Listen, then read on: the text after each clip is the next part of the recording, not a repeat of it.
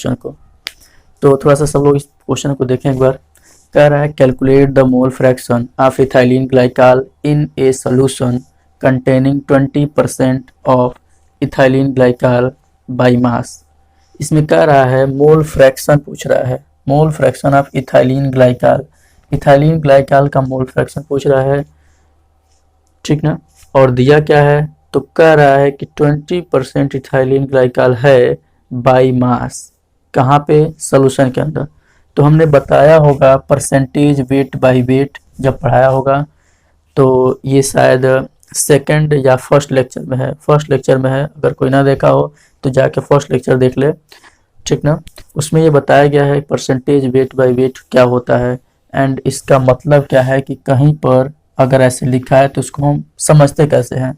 जैसे कि लिखा हुआ यहाँ पे 20% C2H6O2 प्रेजेंट है सोल्यूशन में बाय मास, ठीक ना। कह रहा 20% ethylene glycol by mass solution के अंदर प्रेजेंट है। तो इसका मतलब हमने बताया होगा कि जो भी 20% दिया है वो किसको रिप्रेजेंट करता है, तो सॉल्यूट को रिप्रेजेंट करता है। और यहाँ देखो इस सॉल्यूशन के अंदर, इस क्वेश्चन में जो सॉल्यूशन है उसके अंदर सॉल्यूट कौन है, इथाइलिन ग्लाइकॉल है।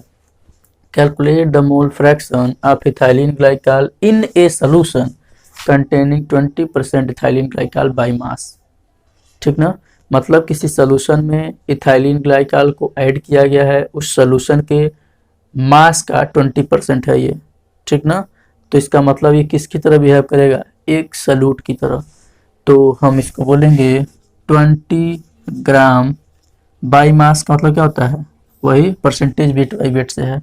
तो 20 gram of solute present in 100 gram of solution, ये मतलब बताया गया होगा।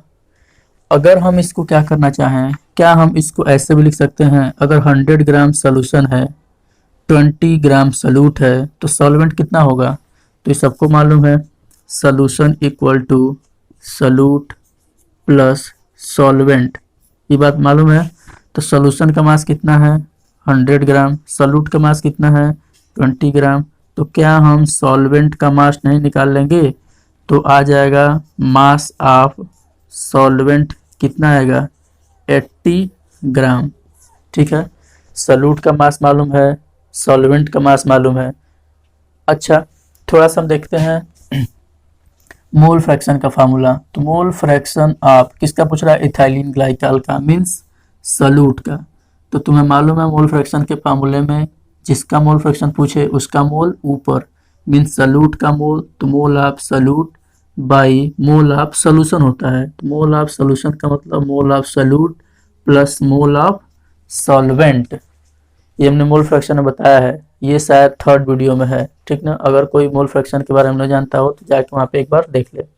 हमने वहाँ पे बताया होगा ए को सॉल्यूट मानते हैं, बी को सॉल्वेंट मानते हैं, तो एन को मोल मानते हैं, तो ये होगा मोल of solute by mole of solution नीचे होता है।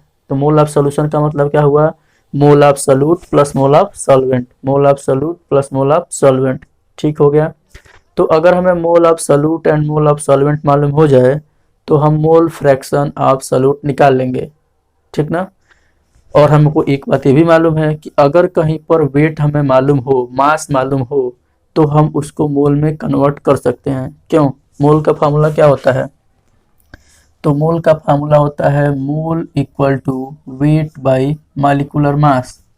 और अगर हम सॉल्यूट को मोल में चेंज करना चाहते हैं तो mole of solute equal to weight of solute by molecular mass of solute, ठीक है। तो ये हम मोल ऑफ सॉल्यूट निकाल रहे हैं Na। वेट कितना है सॉल्यूट का, तो 20 ग्राम। मॉलिक्यूलर मास क्या होगा, तो C2H6O2 का मॉलिक्यूलर मास सोलो निकाल लेंगे कि नहीं। अगर कोई नहीं निकालना है, अगर नहीं कोई निकाल पा रहा है तो बेटा तुम इस गोला का नहीं हो, ठीक ना, तुम बहुत पीछे हो। तो थोड़ा सा देखते हैं इसको कैसे निकालते हैं हम लोग, ठीक है। कार्बन का मास क्या होता है, तो 12, कितने एटम है 2, प्लस हाइड्रोजन के कितने एटम है 6, मास क्या होता है 1, 1 इंटू 6। ऑक्सीजन का क्या होता है, तो 16, कितने एटम है 2। इसको सॉल्व करोगे तो ये आएगा 62। ठीक ना। तो क्या हम यहाँ पे 62 रख लें, तो ये रख दिया 62, तो इससे क्या आ जाएगा, मोल ऑफ सॉल्यूट आ गया, आ जाएगा। क्या अब हम मोल ऑफ सॉल्वेंट निकाल सकते हैं, क्योंकि हमें मोल ऑफ सॉल्वेंट 80 ग्राम, इसका वेट ऑफ सॉल्वेंट 80 ग्राम मालूम है, तो मोल ऑफ सॉल्वेंट निकाल सकते हैं। लेकिन सबसे बड़ी बात यह है कि यहाँ पे हम मॉलिक्यूलर मास रखेंगे किसका। तो एक बात हमेशा ध्यान रखना कि किसी क्वेश्चन में अगर जनरली सॉल्वेंट बोल दिया हो, सोल्यूशन बोल दिया हो, सॉल्वेंट की बात ही ना बताया हो कि कौन सा सॉल्वेंट हम यूज कर रहे हैं, तो अपने आप तुम्हें डिसाइड कर लेना है कि जो सॉल्वेंट यूज किया गया होगा वो वाटर होगा, ठीक ना।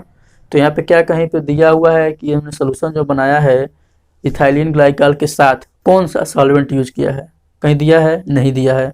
तो हम अपने आप मान लेंगे कि यहाँ पे जो सॉल्वेंट यूज किया है वो कौन सा होगा, वाटर। तो यहाँ पे हम इस सॉल्वेंट को मान लेते हैं कि कौन है, वाटर। और वाटर का फार्मूला सबको मालूम होगा, क्या होता है, H2O। मॉलिक्यूलर मास कितना होता है, तो 18 होता है। तो क्या हम इस मॉलिक्यूलर मास एंड इस वेट के हेल्प से मोल ऑफ सॉल्वेंट निकाल सकते हैं, बिल्कुल निकाल सकते हैं। तो चलो देखते हैं कि हो जाएगा mole of solvent equal to weight of solvent by molecular mass of solvent. Weight कितना है सॉल्वेंट का, 80 ग्राम। मॉलिक्यूलर मास कितना है सॉल्वेंट का, 18। तो ये आ गया मोल of solute, mole of solvent. क्या हम इसको इधर पुट कर दें तो मोल फ्रैक्शन ऑफ सॉल्यूट आ जाएगा। तो ये काम आप लोग करना है, यहाँ पे इसको पुट करना है, इसको यहाँ पे पुट करना है, और यही यहाँ पे भी पुट होगा, ठीक ना। सबकी वैल्यू रख के इसको कैलकुलेट करके होल नंबर में ला लेना, ठीक ना। मतलब इसे इस फॉर्म में ना रखना। उसके बाद से सॉल्व करके जो भी आंसर आता है तो कमेंट करें इस वीडियो के नीचे, ठीक है। क्या आंसर आता है सब लोग कमेंट करेंगे, तभी तो मालूम चलेगा कितने लोगों ने सॉल्व किया, ठीक ना। तो ठीक है, नोट कर लें सब लोग इसको तब तक।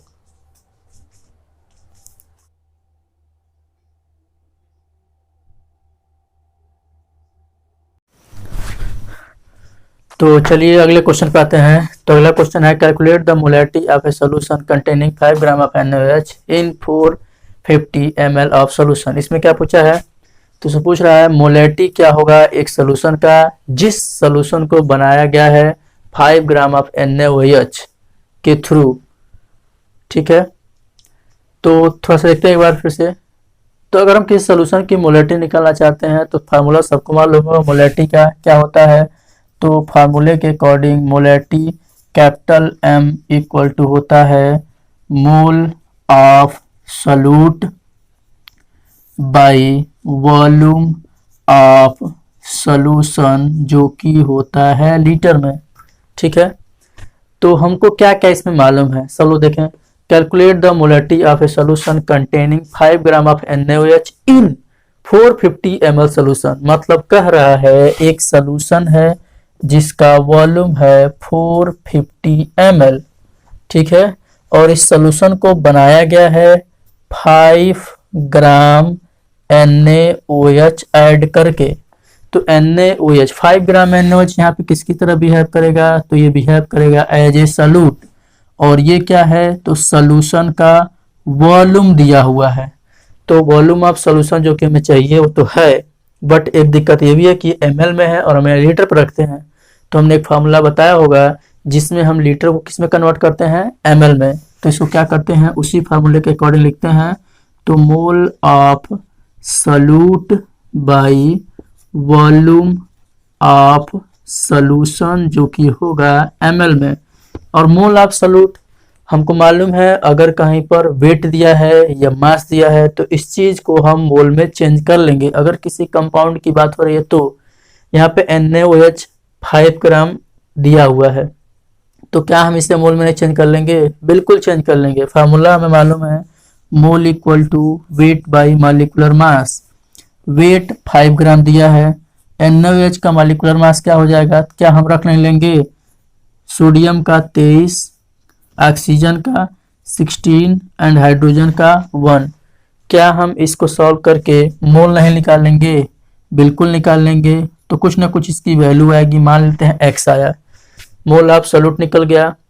वॉल्यूम ऑफ सोल्यूशन, अच्छा एक चीज और ध्यान रखना है, देखो गड़बड़ हो गया, mole volume of solution ml into 1000 रखते हैं ऊपर, ठीक ना। तो वॉल्यूम ऑफ सोल्यूशन 450 ml यहाँ पर डायरेक्ट रख देना है, मोल यहाँ से आ जाएगा, मोल हमको उठा के यहाँ रख देना है, और वॉल्यूम 450 ml यहाँ रख देना है। क्या हम यहाँ पे वैल्यू रख के सॉल्व नहीं कर लेंगे? बिल्कुल सॉल्व कर लेंगे। तो इसे भी सॉल्व करके सेकंड क्वेश्चन, ठीक ना, इसका आंसर कमेंट करना है, ठीक है। सेकंड क्वेश्चन का आंसर कंप्लीट करें सब लोग, ठीक है, तुरंत आंसर करें।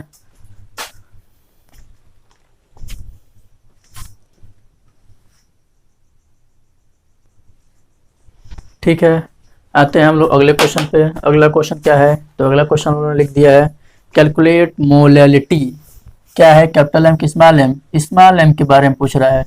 Calculate molality of 2.5 gram ethanoic acid in 75 gram of benzene. कह रहा है कि हमने एक सॉल्यूशन बनाया है जिसमें कितना 2.5 ग्राम इथेनोइक एसिड को ही हम बोलते हैं एसिटिक एसिड भी, ठीक ना। तो कह रहा है 2.5 ग्राम एथिनोइक एसिड या एसिटिक एसिड ऐड किया है कितने में?